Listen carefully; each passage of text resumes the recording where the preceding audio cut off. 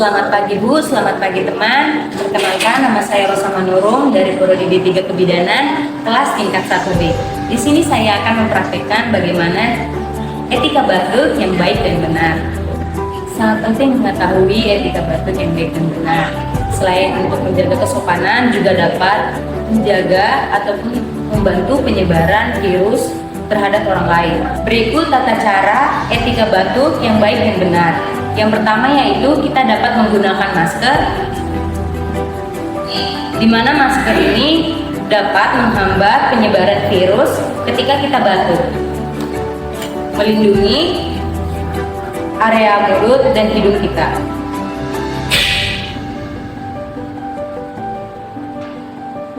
Seperti ini contohnya,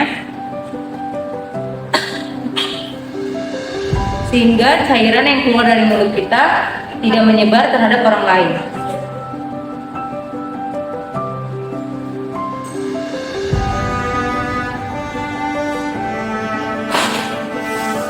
Dan kita juga dapat menggunakan tisu. Tisu dapat melindungi area hidung dan mulut saat kita batuk. Seperti ini.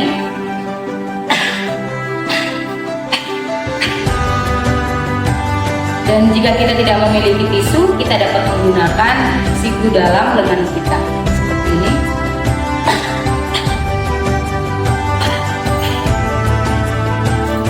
Setelah kita menggunakan tisu, sebaiknya kita langsung membuangnya ke tong sampah, sehingga saat kita menyentuh sesuatu, tidak menyebar terhadap orang lain. Dan juga kita dapat menggunakan hand sanitizer.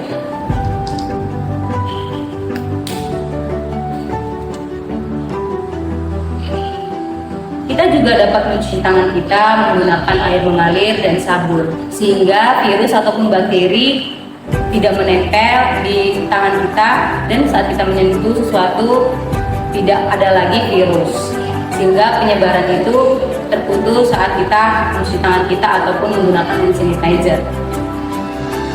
Sekian dari video praktek etika batuk dari saya, Rosa Manurung. Jika ada kesalahan kata, mohon dimaafkan ya Bu. Terima kasih Bu, terima kasih teman. Selamat pagi Bu, selamat pagi teman. Bye-bye.